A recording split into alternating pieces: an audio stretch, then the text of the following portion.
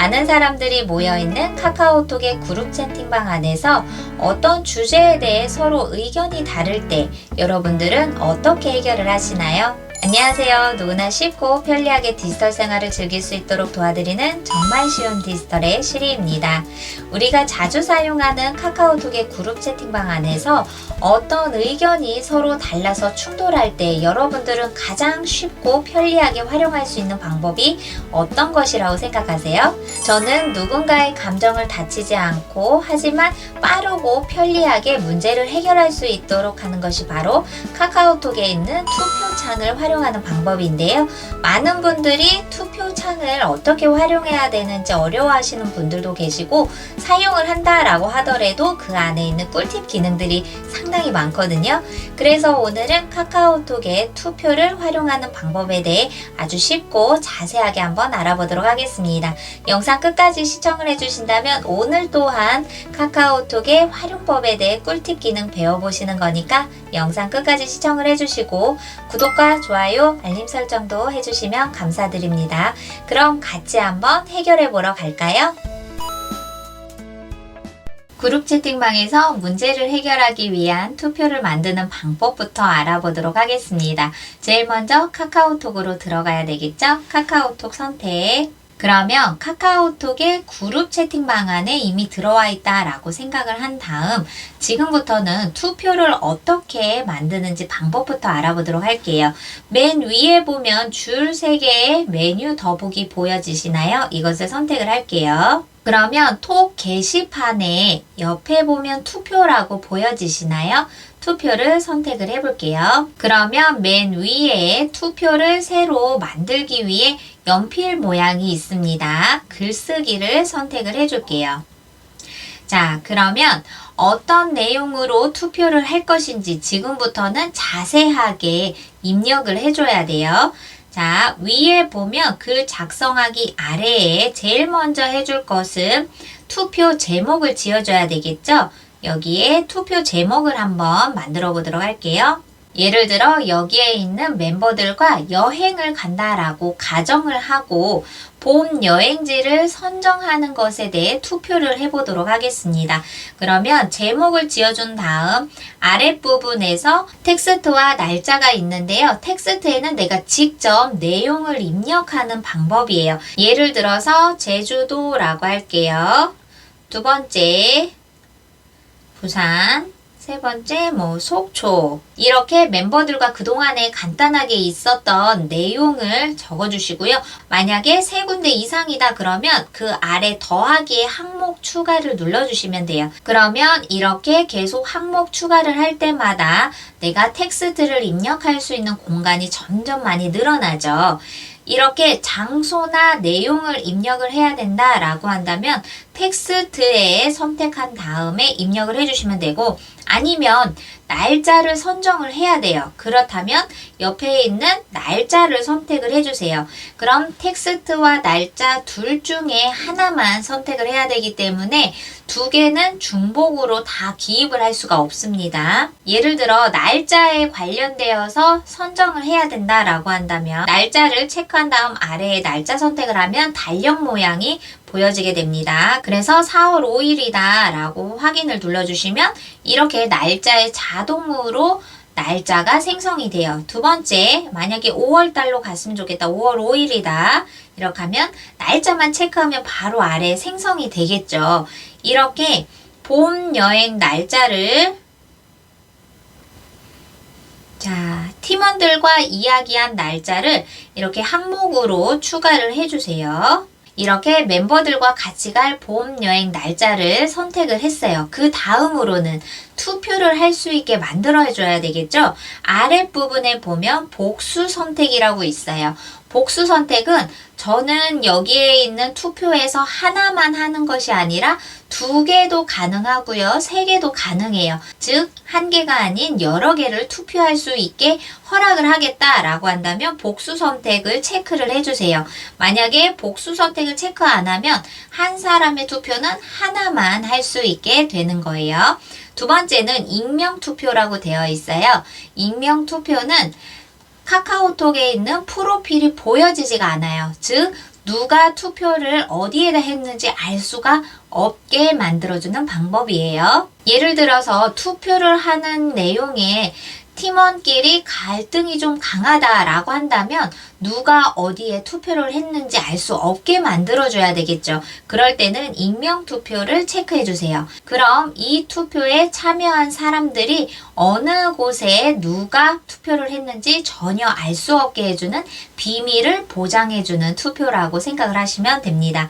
저는 익명 투표는 지우고요. 복수 선택을 한번 체크를 해볼게요. 간단하죠? 이렇게 내가 어떤 것을 주제로 투표를 할지 제목을 짓고요. 텍스트를 해서 그 내용을 넣거나 아니면은 투표하는 거에 관련된 날짜를 넣거나 그리고 아래에서 한 사람이 투표할 수 있는 권한을 몇 개까지 줄 것인지 복수 선택과 비밀 보장을 위한 익명 투표까지 다 완료가 됐어요. 정말 간단하죠? 체크만 하면 됩니다. 그러면 마지막으로는 이 투표를 할 수 있는 시간을 마감 시간도 정해 주셔야 돼요. 자, 투표 종료 시간 설정 부분에 손을 체크를 하면 이 투표를 언제까지 마감을 할 것인지 저는 오늘 날짜를 정하고 시간은 당연히 그 뒤에 시간으로 정해놔야 되겠죠. 그리고 확인을 눌러볼게요. 그러면 투표 종료 시간도 설정이 완료가 되었습니다. 자, 그럼 이것을 바로 완료로 해주셔야 되는데 누군가 이 투표를 못 보는 경우도 간혹 있을 수 있으니 공지사항으로도 올려주셔도 돼요. 그러면 그룹 채팅방에 공지로 투표가 보여지게 됩니다. 여기에 내용도 적어주시면 돼요. 네, 이렇게 투표에 관련되어 있는 내용도 간단하게 적어주셔야 되는데 이거는 선택사항이니까 하셔도 되고 안 하셔도 돼요. 그런 다음 완료를 눌러보도록 하겠습니다. 네, 그럼 이렇게 공지가 등록이 되었죠. 한번 선택을 해보면 방금 전에 제가 만들어 놓은 투표를 바로 할 수 있도록 공지사항으로 보여지게 되고요. 아래에서 투표하러 가기를 눌러주셔도 됩니다. 그럼 내가 마음에 드는 봄 여행지의 날짜를 선택을 하면 돼요. 복수 선택을 했으니 내가 가능한 날짜를 이렇게 다중으로 선택을 해도 되고 아니면 내가 진짜 이날만은 꼭 가야겠다라고 하면 하나를 선택을 하셔도 돼요. 이렇게 한 다음 저는 복수 선택을 하고 아래에서 투표하기를 눌러보도록 하겠습니다. 투표하기를 선택을 하니 항목별로 몇 명이 투표를 했는지를 볼 수가 있고요. 아래에 보면 몇 명이 참여했는지도 볼 수가 있어요. 지금 저는 한 명이 참여를 했네요. 그러면 항목별로 어느 날짜에 누가 이렇게 투표를 했는지가 보여지게 되고요. 다른 사람이 투표하는 것도 한번 기다려 볼게요. 네, 이렇게 시간이 지나면 멤버들이 투표하기 현황을 살펴볼 수가 있는데요. 보니 이렇게 날짜별로 항목별로 몇 명이 투표했는지 변화가 생겼죠. 그리고 여기에서 3명이 모두가 참여가 되었다고 합니다. 그런데 만약 내가 투표를 다시 하고 싶어요. 왜냐면 아직 마감 시간이 남아있거든요. 그래서 다시 투표하기를 눌러주세요. 그러면 아까와 다르게 내가 체크한 날짜를 변경을 해서 다시 재투표를 할 수가 있습니다. 이렇게 원하는 것을 다시 투표를 했어요. 그럼 아래에 투표하기를 눌러주세요.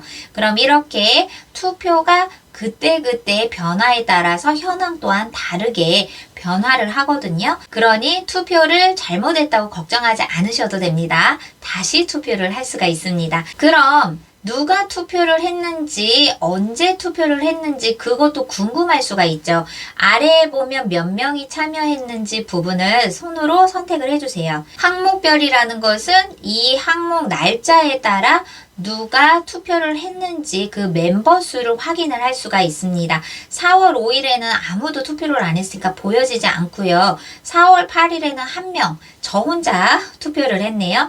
그리고 다른 날짜에도 이렇게 투표를 항목별로 누가 했는지를 살펴볼 수가 있고요. 멤버별로 볼게요. 이 멤버별에 들어오면 그룹 채팅방에 있는 참가자들이 몇 개를 선택을 했는지를 볼 수가 있어요. 저는 총 3개를 투표를 했고요. 다음 참가자는 2개를 하기도 하고 다른 참가자는 또 하나를 하기도 해요. 그래서 참가자가 몇 개를 투표를 했는지 그것을 멤버별로 볼 수가 있습니다. 미참여는 아무도 없네요. 모든 사람이 다 투표를 했네요. 그럼 여기에서 많은 분들이 모르시는 꿀팁을 하나 알려드리도록 할게요. 지금 같은 경우는 누가 언제 했는지 날짜, 시간과 상관없이 투표한 것만 보여지게 되잖아요. 선착순으로 투표를 해야 되는 경우도 있어요. 예를 들어 세 번째 5월 5일에 3명이 투표를 했는데요. 만약에 선착순 투표를 진행을 해야 된다라는 상황이 있는 경우도 발생할 수가 있겠죠. 예를 들어 저는 5월 5일에 2명까지만 선착순으로 받고 2명 이외에 뒤에 투표한 사람들은 선택권을 줄 수가 없어요. 그런 경우는 어떻게 하나요? 자, 날짜 있는 곳에 손으로 길게 한번 눌러주세요. 그러면 이 날짜에 누가 투표했는지 목록이 보여지고요. 오른쪽에 이름 순이라고 되어 있는 거 보이시나요? 이름 순을 선택을 하면 이름 순과 투표 시간 순이 또 보여지게 됩니다. 이름 순으로 했을 때는 당연히 시간과 상관없이 누가 이 날짜에 투표를 했는지를 알 수가 있는 거고 이름 순을 눌러서 투표 시간 순이라고 보여지게 됩니다. 그럼 어떤 사람이 투표를 했는지 투표 시간 순을 눌러볼게요. 자, 투표자의 순서가 바뀐 거 보셨죠? 바로 투표 시간 순으로 변경을 하면 이 날짜에 선착순으로 가장 빨리 투표한 사람부터 명단을 다시 자동적으로 수정을 해줍니다.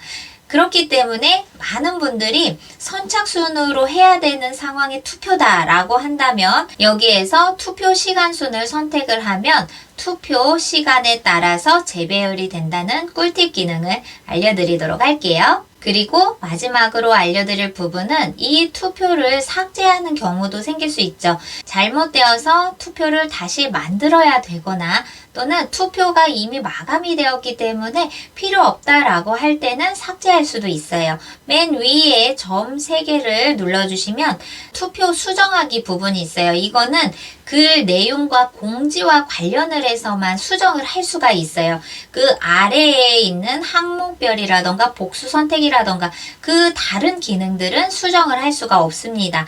그래서 꼭 공지와 또는 글 내용에 관해서만 수정을 할 수가 있고 그렇다면 다시 해야 될 것 같아요 라고 한다면 다시 점 3개를 눌러서 삭제하기를 눌러주세요. 삭제하기를 누르면 투표 자체가 채팅방에서 보여지지 않게 삭제가 되는 기능이니까 만약에 실수를 했다라고 한다면 다시 투표를 만드시면 됩니다. 이렇게 투표를 다 했어요. 그럼 마감 시간이 되면 자동으로 투표가 결과에 따라서 종료되는 것을 알려주거든요. 그런데 그 전에도 이미 투표가 다 끝났어요. 그러면 투표 종료를 눌러주세요.